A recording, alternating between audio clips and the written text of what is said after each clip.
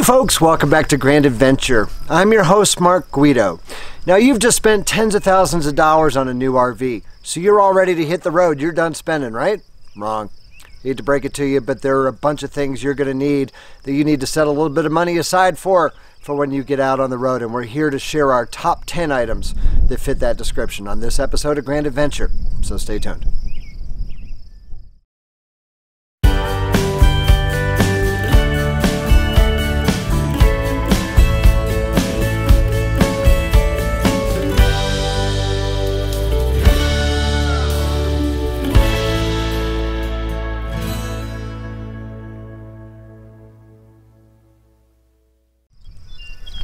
Now, even though you've just spent all that money on that new RV, you can pretty much plan on spending a couple of grand on additional items that you're going to need for the road. We're going to present these in no particular order, and we'll give you more information on how to find these things at the end of this episode. The first thing we're going to talk about is if you have a trailer, and that is you need to be able to chock the wheels effectively. And we've found if you've got tandem wheels, X-chocks are the way to go. The advantage to X-chocks are twofold for us. Number one, they help to lock out the suspension, which keeps the trailer movement down to a minimum when you're in camp and you're walking around the trailer, and the trailer moves a lot less with the X-chocks in place. The other advantage is you're going to need to be leveling your trailer, and we're going to talk about that a little bit later in this video. But when the trailer is up on blocks or levelers, it sometimes is hard to get a conventional wheel chock in an effective spot that will keep the trailer from rolling. The X-chocks, they don't care how you're up on blocks. They simply work as a little X-shaped mechanism that uses a supplied ratchet wrench to be able to tighten up or press against both wheels to adequately secure the trailer. We found these to be incredibly effective in keeping the trailer from moving. And one other thing we want to share with you, and I'm only doing this, I'll give you a little secret, we learned it the hard way. Get in the habit of making sure you remember the first thing you do when unhitching is chock that trailer. The last thing you do when hitching is unchock that trailer. Now, the leading cause of RV tire failure is underinflation. And as someone who's experienced a blowout on the road and got incredibly lucky that there was no damage, we can't stress enough the importance of keeping your tires properly inflated and checking them every single day before you hit the road. It's incredibly easy to have thousands of dollars worth of damage from that tire casing flipping around before you have a chance to pull over to the side of the road, or quite frankly, before you even realize that you've had a blowout.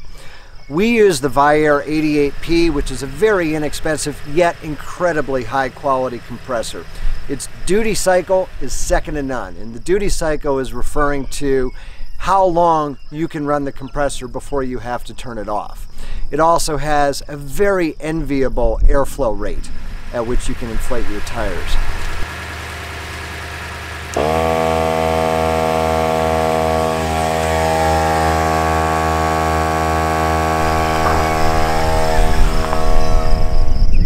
Now, when you get to camp, you want to be able to comfortably enjoy the outdoors. That's why you went camping anyway, right? So you want a couple of camp chairs that you can bring with you. And we get more questions about our camp chairs that appear in the video than almost any other question we get, because they are so ridiculously comfortable. We use a couple of what are known as moon chairs.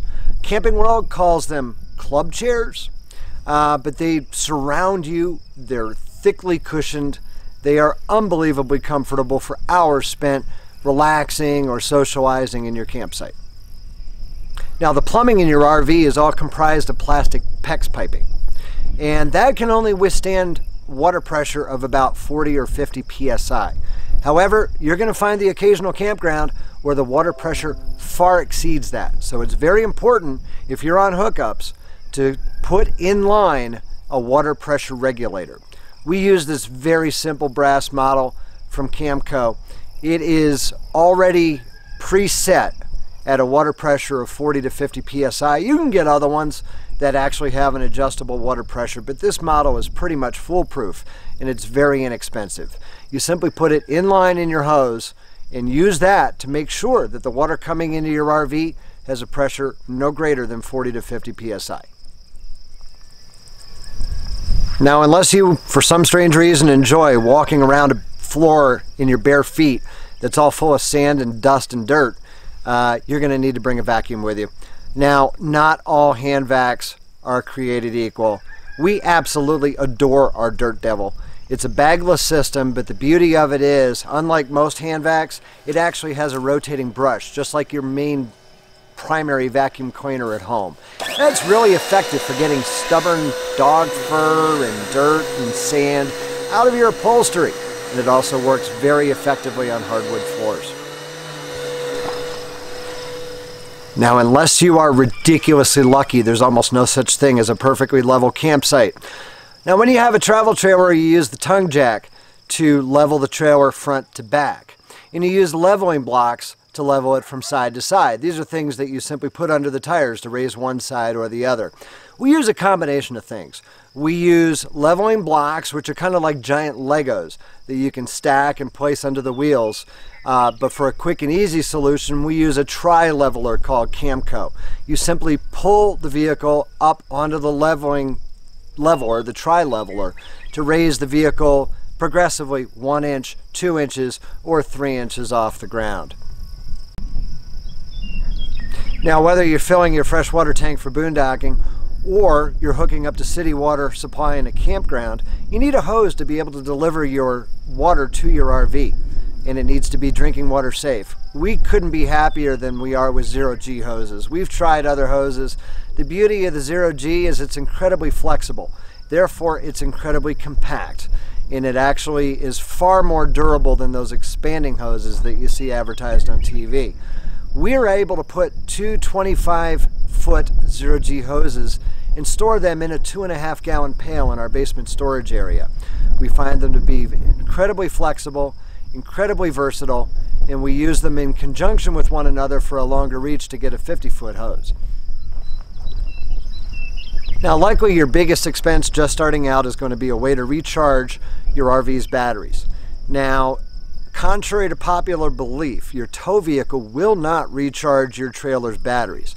And the reason that is the alternator bases its charging rate on the vehicle's chassis battery rather than your trailer battery, even though it's hooked up to via the umbilical cord into the trailer port.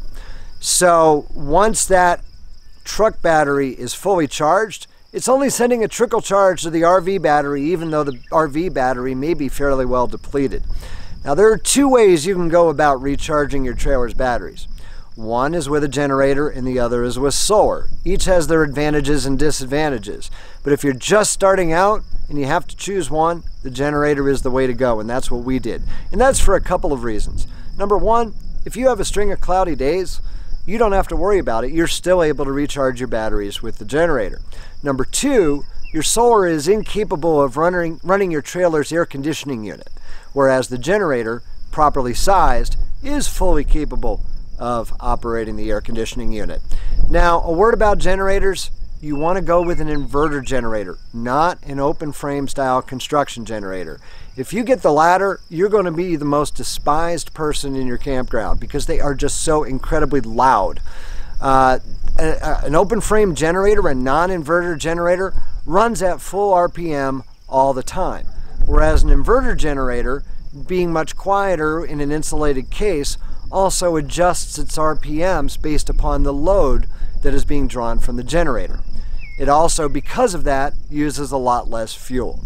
We've been extremely happy with our Champion 75537i generator, which has what we consider to be a killer feature of remote electric start and stop. So you can actually start and stop the generator from inside the RV. We did a separate episode reviewing this particular Champion generator, and we'll put a link to it right here on the screen. Just a side note, Champion's customer service is amazing. You can call them up on a toll-free number and talk to a technician at any time, and they are incredibly helpful and incredibly supportive in sending you parts when you need them. At least that's been our experience and the experience that we've read from other Champion owners online.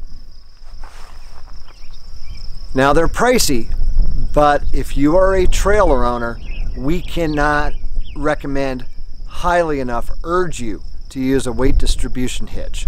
Weight distribution hitch serves a couple of functions. Number one is it tries to balance out the load between the front and rear wheels of your tow vehicle. Without them, you're putting a lot more weight on the rear wheels, which can make steering ineffective or even less predictable because there's less weight on the steering axle than there normally would be without the trailer. The other advantage is it includes built-in sway control. So if you get hit by a gust of wind coming across the road, or you get blasted by a semi blowing by you with the gust front from the truck, the sway control helps to keep that sway of the trailer under control and keeps you from losing control of the trailer, which can have devastating consequences, even deadly consequences. We've been extremely happy with our E2 weight distribution hitch from Fastway. It uses trunnion bars pressing against L brackets that are mounted on the side of the trailer A-frame and to apply the pressure and distribute the weight evenly between the front and rear axles of the tow vehicle. Finally, if you're staying in full hookup campgrounds, we can't stress enough the importance of a power management system. These help you in several ways. Number one, they are a typical, what you would expect, a surge protector. They protect the vehicle against high or low voltage spikes in the electric grid. The other thing is, you would be shocked at how many campgrounds have a miswired pedestal. And if the polarity is reversed, if there's an open ground on the circuit, this will prevent electricity from going to your RV and potentially damaging your RV's electronics and systems.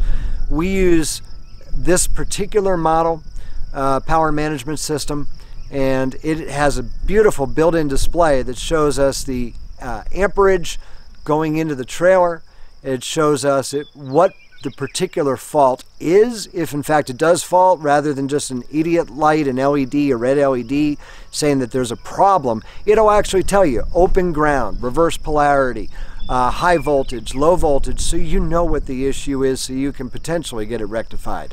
They're not cheap. They're about $250, $300, but it's really cheap insurance when you think about the damage that it prevents to your RV. So virtually everything that we've shown you in this video is available online at Amazon. Now, we opened up a Grand Adventure shop on Amazon, and the reason we did that is we wanted to be able to share with you the stuff that we have tried, the stuff that we have tested, and the stuff that we can recommend after using it for many thousands of miles on the road. Our shop only includes products that we use ourselves, and every single one of the 10 things that we've discussed so far are available in the Grand Adventure shop on Amazon. We'll put a link in the video description down below to our shop, so you can go check that out, as well as a bunch of other items that we use. And you can rest assured that these things are quality, that they've been tested, tried, and used by us. So those are our top 10 essentials for RV newbies. We're going to throw in a bonus. We're going to throw in a number 11 because you need a great looking t-shirt for hanging around in camp. So we want to give a shout out to some friends of ours. Christina and Ben McMillan, they're the force behind the McMillan Express, which is a great YouTube channel. We urge you to check them out as they travel all around the United States in their RV. However, they've started a company called Unhitched, which makes some great t-shirts like this one that they sent us, and I just absolutely love this. The quality of the shirt and the designs, the various designs that they have available are absolutely first rate. You can check them out online at unhitchedusa.com, or we'll put a link in the video description down below. Now, if you'd like a Grand Adventure t-shirt, we also have a shop on Teespring, so you can get mugs, you can get tote bags, and as well as t-shirts. We'll put a link to our Teespring store also down below in the description of this video. So we're really sorry to be the bearer of bad news. Please don't shoot the messenger. But even though you've just spent all that money on that new RV, these are the bare essentials for an RV newbie before hitting the road. There are other products that you'll find will make your life more convenient, make it easier, but these are the top 10 things that you need to get before that first trip in your new RV. Now, if you like this video, it's extremely important to us. Please give us a thumbs up down below. If you're not yet a Grand Adventurer, you can learn a lot by coming along on all of our Grand Adventures. So hit that little red subscribe button down there in the corner of your screen right now. We are honored if you share Grand Adventure with your friends, family, and on social media, because we put new outdoor RV-centric adventure videos out on YouTube each and every Wednesday. And we always love to hear from you in the comments section down below this video. Until next week, please remember, life is nothing but a grand adventure. We'll see you soon.